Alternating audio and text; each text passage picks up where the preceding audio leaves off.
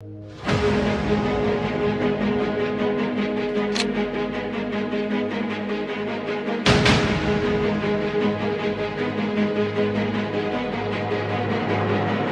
رو داریم که در نمایش تخصصی حقوق ورزش در خدمت شما باشیم. عرض خیر مقدم دارم خدمت یکایک شما بزرگوار.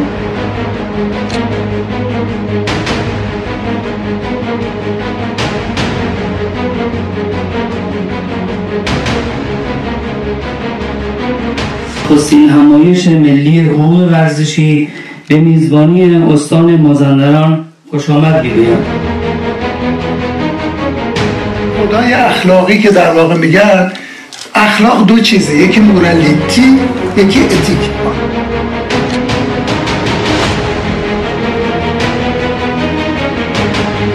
انجمن حقوق ورزشی هستش.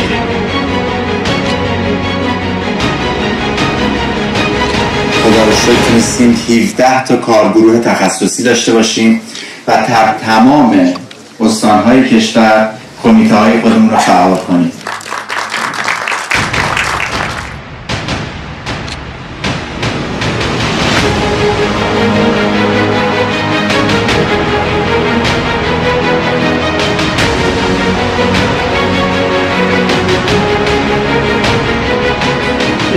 با افتخار در خدمت چهره‌های علمی هستیم. در واقع این مراسم انجمن حقوق ورزشی هستش که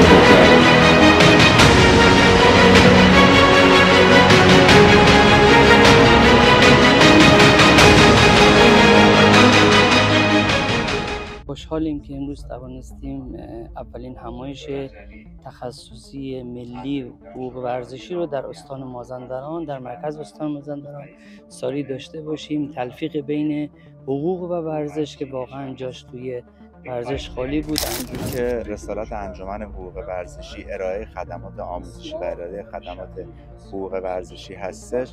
امروز خدا رو شکر شاهد هستیم که این اتفاق در استان مازندران افتاده و یک همایش ملی با موضوعیت حقوق ورزشی رو در خدمت جامعه ورزشی است. خط مهم در ورزش مازندران صورت گرفته و اون آغاز به کار رسمی کمیته حقوق ورزشی استان مازندران هست که اهداف تشکیل این کمیته زیر مجموعه فدراسیون انجمن‌های ورزشی و هیئت انجمن‌های ورزشی مازندران مشاوره حقوقی به ورزشکاران و خلاصه اون نقاط ضعفی که در سیستم قوانین و مقررات در حوزه ورزشی ما داریم رو انشالله این کمیته بهش میپردازه. برگزاری دوره‌ها رو من عرض میکنم هر چقدر بیشتر ما برگزار کنیم.